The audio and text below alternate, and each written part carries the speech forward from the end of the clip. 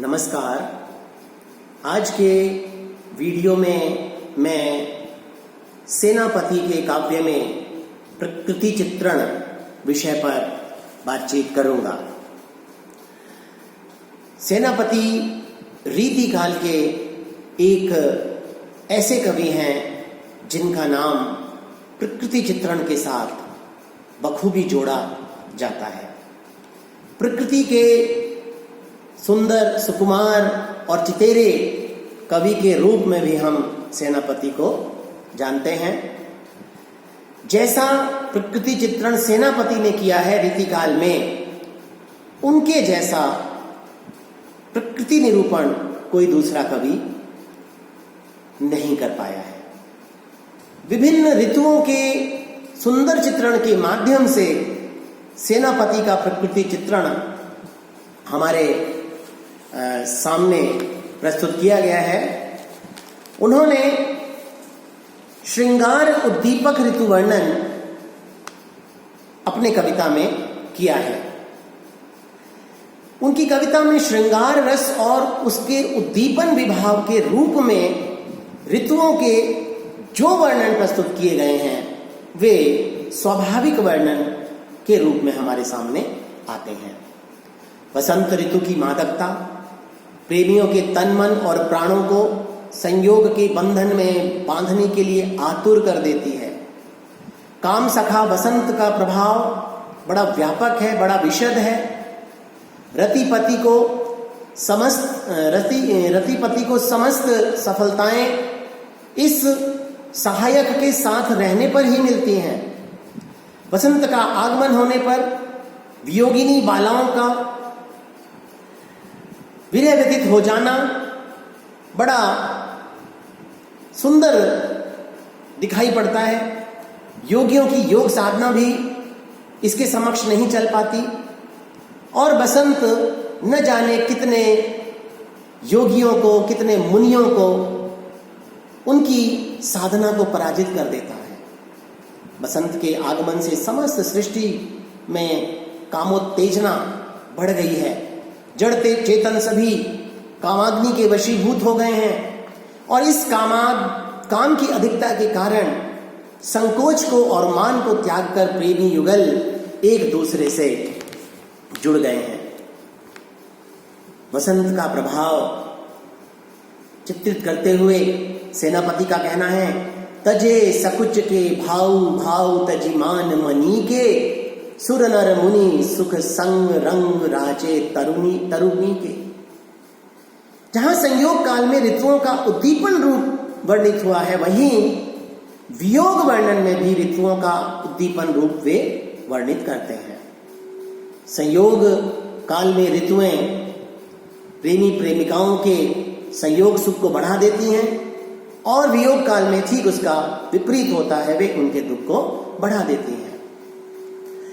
ऋतु वर्णन में सेनापति ने विप्रलंभ श्रृंगार में ऋतुओं के विपरीत प्रभाव का वर्णन हमारे सामने प्रस्तुत किया। वसंत ऋतु में केतकी, अशोक, नवचंपा, वकुल, आम्रमंजरी आदि उपादानों का विरहिणी पर उल्टा प्रभाव पड़ता है। लाल है प्रवाल फूले देखत विशाल जऊ फूले और असाल पे रसाले उरे साल है। ऋतु वर्णन में वर्षा ऋतु की उद्दीपनात्मक शक्ति का वर्णन वे अन्य ऋतुओं के वर्णन की अपेक्षा अधिक करते हैं। बादलों की गर्जना, मोर और मेंढकों का शोर मचाना, बिजली का चमकना और वर्षा की तीव्र आवाज विरहिणी की विरह वेदना में बड़ी वृद्धि कर देते हैं। घटाओं का उमड़ घुमड़ कर आना संयोगी प्रेमी और प्रेमिकाओं के लिए तो सुखकर प्रतीत होता है, लेकिन विरहिणी नायिका या विरहिणी नायक उनके लिए वह कष्टदायी होता है। धुनी सुनी कोकिल की विरहिणी कोकिल की केका के सुनते प्राण एका के रहत है। प्राण संकट में आ जाते हैं, ऐसा लगता है। सेनापति ने आलंबन रूप में भी प्रकृति चित्रण किया है। प्रकृति के वर्णन की परंपरा में उनका 12 मासा वर्णन बहुत सुंदर रूप में हमारे सामने आता है। षड ऋतु वर्णन करने पर भी ऐसा ही लगता है कि उनके हृदय में प्रकृति के प्रति अगाध प्रेम भाव भरा पड़ा है।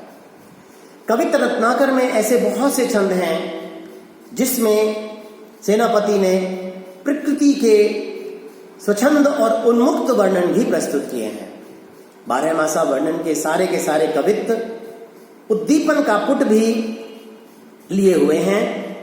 सेनापति ने आश्विन मास के मेघों का वास्तविक चित्रण करते हुए एक छंद लिखा। खंड खंड सब दिगमंडल जदल सेत सेनापति मानो संग फटिक पहाड़ के अंबर अगंबर सो उमड़ी घुमड़ी छिन छिचक छछारे छिति आधक उद्धार के पूरब को भाजत हैं रजत से राजत हैं गग गग राजत हैं गगन कुवार के। इसी प्रकार से शरद ऋतु का जो वर्णन है उसमें खिली हुई चांदनी का वर्णन बहुत सुंदर रूप में उन्होंने किया है। कार्तिक मास और चांदनी रात। कार्तिक की राती थोड़ी थोड़ी सी चिराती सेनापति है सुहाती सुखी जीवन के गण है फूले हैं कुमुद फूली मालती सघन वन फूली रहे तारे मानो मोती अनगन है। उदित विमल चंद चांदनी छिटक रही राम कैसो जैसे अरध गगन है तिमिर हरन भयो सेत है वरन सब मानहु जगत क्षीर सागर मगन है। इसी प्रकार से अलंकृत रूप में भी उन्होंने अपना प्रकृति वर्णन प्रस्तुत किया है। प्रकृति को आलंकारिक रूप में वर्णित करना उन्हें बहुत अच्छे तरीके से आता था। बसंत के आगमन के समय ऐसा मालूम चलता है जैसे किसी राजा का आगमन हुआ हो, वह अपनी चतुरंगी सेना को लेकर के और आ रहा हो। उसका वर्णन देखिए वो किस प्रकार से करते हैं। बरन बरन तरु फूले उपवन वन सोई चतुरंग संग दल लहियत है बंदी जिमि बोलत बिरद वीर कोकिल है गूंजत मधुप गान गुन गहियत है आवे आस पास पुहपन की सुवास सोई सौंधे के सुगंध मांझ सने रहियत है शोभा को समाज सेनापति सुख साज आज आवत बसंत ऋतुराज कहियत है। तो बहुत सुंदर चित्रण उन्होंने ऋतुराज बसंत के आगमन का किया है जिसे किसी राजा के अपने दल बल के साथ आने के रूप में भी चित्रित करते हैं। 12 मासा वर्णन बहुत सारे कवियों ने अपनी कविता में चित्रित किया है। ऋतु और 12 मासा क्रमशः श्रृंगार के संयोग और वियोग रूप को उद्दीप्त करने के लिए रचे जाते हैं। 12 मासा में प्रकृति सौंदर्य की चर्चा कम पाई जाती है और विरह विदग्धा की विरह वेदना अधिक चर्चा में आती है।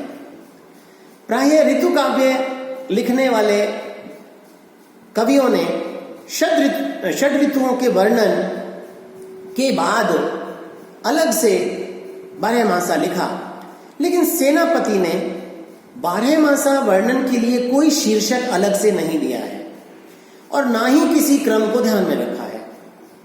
जब वे प्रकृति वर्णन करते हैं तो कुछ छंदों में वर्ष के समस्त महीनों के नाम ही गिना देते हैं और इन महीनों की गणना करते समय वे क्रम की उपेक्षा करते हैं।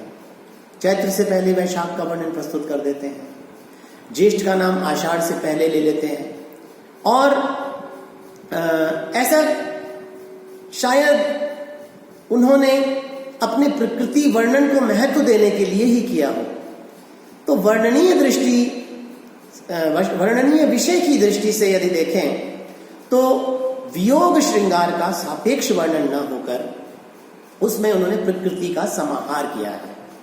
इस प्रकार सेनापति ने प्रकृति चित्रण में विभिन्न ऋतुओं के वर्णन और 12 महीनों में जो प्रकृति का सुंदर वर्णन है उसे अपने काव्य में हमारे समक्ष प्रस्तुत किया है, जो कि बहुत ही हृदय स्पर्शी है।